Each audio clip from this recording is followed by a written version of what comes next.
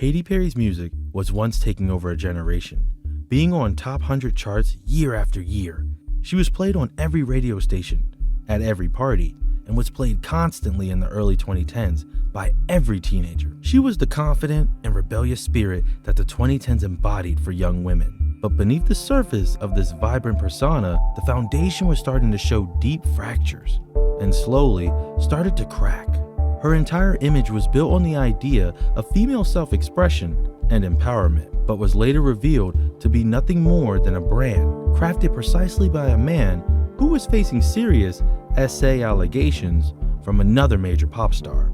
Instead of criticizing him, Katy supported him, leaving fans to question what she truly believes in. In this video, you'll see how her entire carefully manufactured identity is being publicly demolished and taken down. A process that began from the very start when Perry decided to trade her own religious principles for a shot at mainstream fame. After starting her career as a gospel singer, she candidly stated that when her initial path didn't lead to success, she sold her soul to the devil. Raised by traveling Pentecostal pastors, Perry's childhood was steeped in a religious environment where life revolved around establishing churches across America. While her family didn't entirely forbid secular music, they wanted songs that promoted Christian values. This upbringing directly led her to gospel performance. She described her household as pseudo-religious, where the musical rotation consisted solely of gospel classics. The world of mainstream pop, with bands like New Kids on the Block, was completely foreign to her until much later. Perry pulled all of her energy into learning guitar and songwriting, making frequent trips to Nashville to record demos. Her talent caught the eye of Red Hill Records, which signed her and released her debut gospel album when she was just 16. However, gospel music's niche appeal meant it struggled to find a mainstream audience, leading to poor results and the premature shutdown of her record label. At this point, she faced a very difficult choice, which was remain faithful to her values and continue a modest career in gospel music, or abandon those principles for a chance at pop stardom. She made her decision and ended up moving to California and beginning a transformation that would change her forever. After signing with Capitol Records, she released I Kissed a Girl, which is a controversial track about a woman that experiments with a different that ended up becoming a global phenomenon. Perry was understandably nervous about its release, not because she thought it would be a flop, but because it directly contradicted her religious upbringing. Throughout her life, the song was a massive hit, placing number 2 on top 100 pop songs in 2008. But it also marked a significant turning point, revealing her not caring if she had to reshape her values to fit the needs of her career, a pattern of shape-shifting that would ultimately lead to her downfall. She was about to become one of the biggest stars on the planet, and her deal with the devil was ready to be cashed in. The world was about to be hers, but the price of that world would be her authenticity, a debt that would eventually come to collect with interest. The success of I Kissed a Girl was just the beginning for her. Perry's debut pop album, One of the Boys, put her on the map, but it was Teenage Dream that cemented her status as a rising pop music artist. The album was a commercial juggernaut, producing 5 #1 singles on the Billboard Hot 100, a feat that made her the first female artist in history to achieve such a record in a 53 history span. Songs like Last Friday Night, California Girls, and Firework.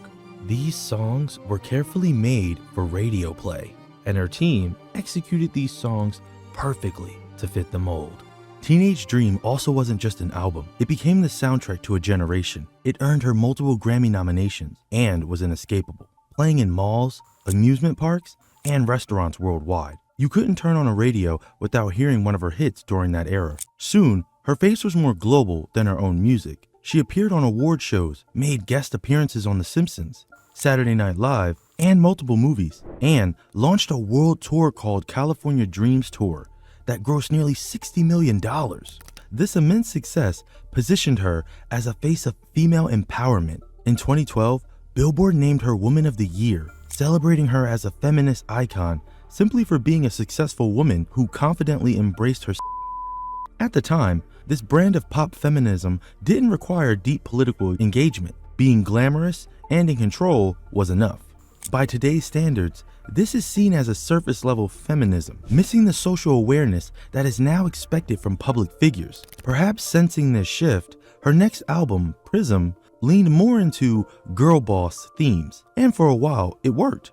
The lead single, Roar, was another #1 hit, selling 9.9 million copies and becoming one of her signature songs. Tracks like Dark Horse also dominated the charts, and views both gaining over 4 billion on YouTube, proving she could continue to rise in the charts while still delivering the catchy pop her fans adored. The Prismatic World Tour was a massive success as well, earning rave reviews and solidifying her reputation as a spectacular live performer. It also grossed over $204.3 million from 149 shows, making it her most successful tour to date. The tour had a total attendance of 1,984,503 people, showcasing her status as one of the highest grossing female artists in the music industry. It didn't just stop there. Katy's career reached a pinnacle when she was invited to perform at the Super Bowl halftime show, drawing in 118.5 million viewers, more than Lady Gaga and Bruno Mars. It was impossible during the time to imagine pop music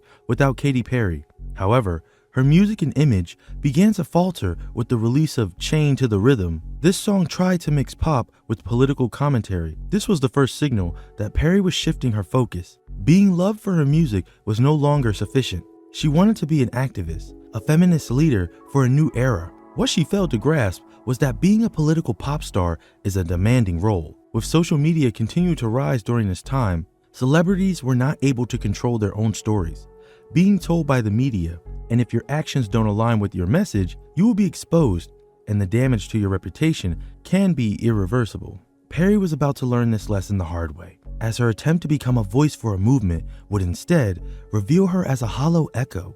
Katy Perry threw herself into Hillary Clinton's 2016 presidential campaign, performing at the Democratic National Convention and making numerous public appearances to encourage her fans to vote. Her music began to reflect these political beliefs. The lyrics of Chained to the Rhythm criticized a society that distracts itself with social media and entertainment to avoid confronting difficult political and social realities. The lyrics say, "Living our lives through a lens, trapped in our white picket fence, like ornaments. So comfortable, we're living in a bubble. So comfortable, we cannot see the trouble.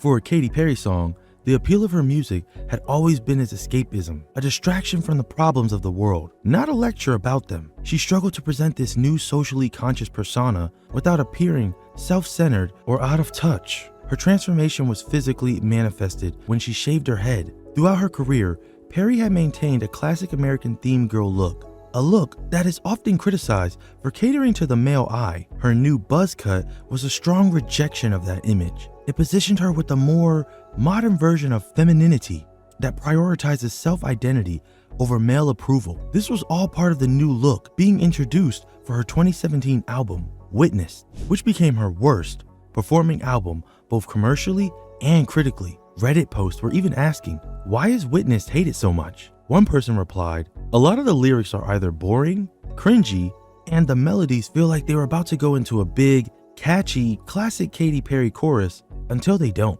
Perry was caught in a weird spot. If she was too progressive, she risked alienating her mainstream audience. If she tried to return to her fun-loving roots, she would seem outdated. It was a no-win situation.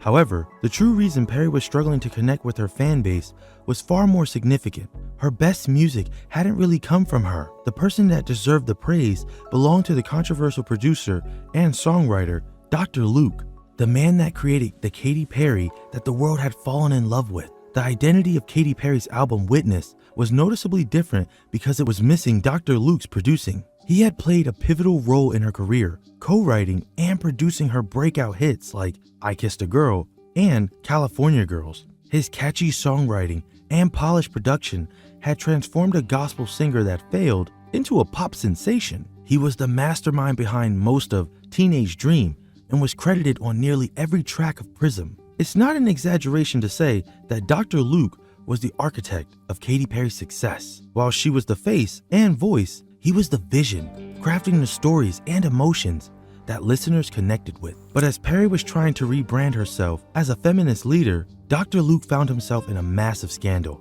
facing serious allegations of SA from the pop star Kesha. In 2014, Kesha filed a lawsuit against Dr. Luke, accusing him of physically and verbally abusing her.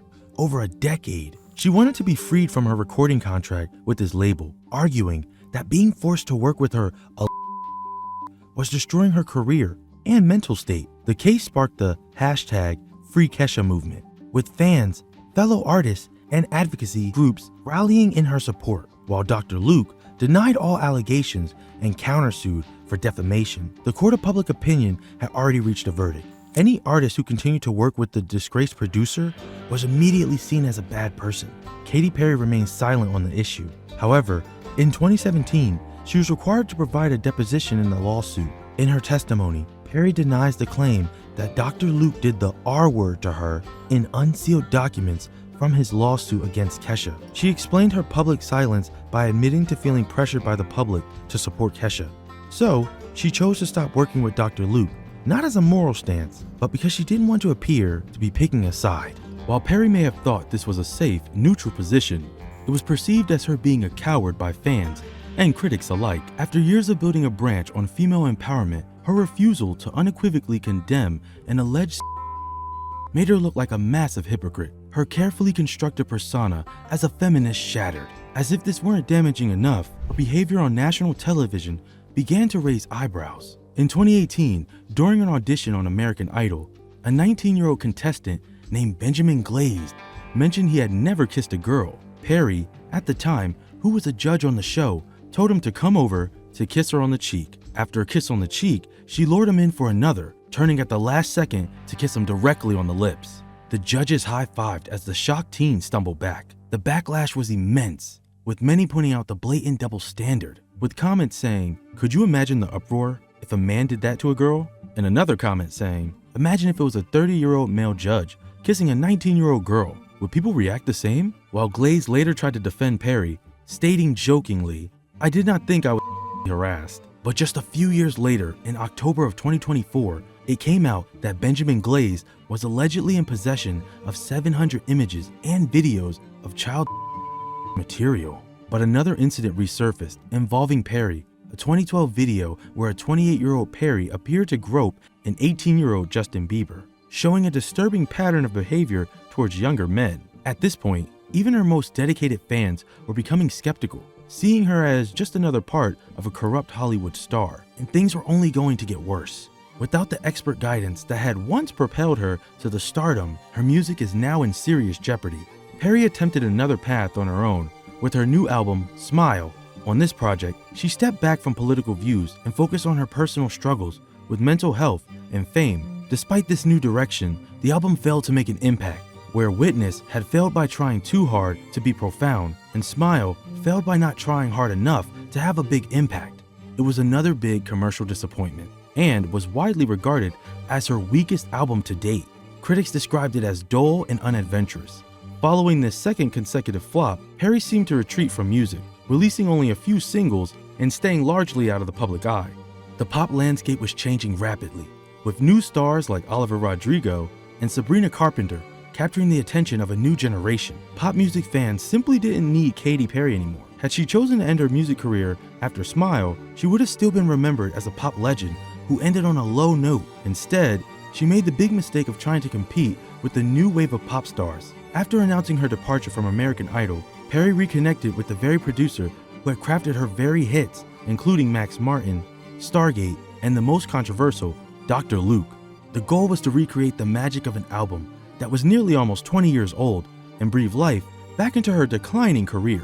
Her upcoming album was teased as a high-energy dance pop project that would remind everyone why she was one of the best-selling artists of all time. However, the release of the lead single, Women's World, extinguished any hope of a triumph comeback. Perry's 2024 attempt at a feminist anthem was painfully outdated. Critics were brutal. Vulture said, "Dr. Luke's presence negates the song's entire message of feminism, and fans can hear more compelling takes on womanhood from new songs by other artists like Billie Eilish, Chappell Roan, Sabrina Carpenter, and Ariana Grande." The cut called Perry's rollout for her new album, 143, desperate. Adding the song makes her seem like she's stuck in 2016 in a la-di-da dimension in which Mel Tier's mugs make bank on Etsy.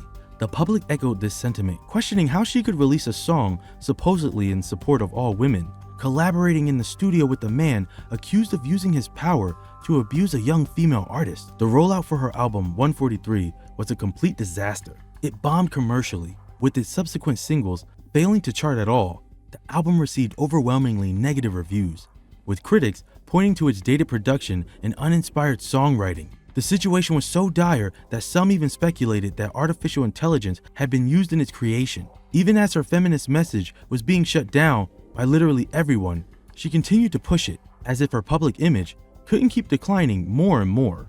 Her Lifetime tour, which quickly became a viral disaster, footage from the concert showed Perry performing low-effort, awkward choreography that looked like it belonged in a middle school talent show. At 40 years old, she was twerking awkwardly and falling into splits on stage. If it were a single bad performance, people might have laughed and forgotten. But night after night, this tour was producing more cringe-worthy clips, cementing her new reputation as a joke. Katy Perry's story is a cautionary tale about what happens when an artist stands for nothing and is willing to do anything to stay relevant. The intense criticism she faces isn't just about silly dances, it's the result of a long history of political pandering, virtue signaling, and a failure to live up to the morals she so loudly proclaimed. Nobody knows who Katy Perry really is anymore. Not even, it seems, Katy Perry herself. The most tragic part is that if her new music had been genuinely good, most of this drama would likely have been overlooked. But she has either lost her touch in the studio or lost the very people who gave her the special ability in the first place. With the new generation of talented pop stars dominating the charts, it's hard to see what value Katy Perry brings to music in 2025.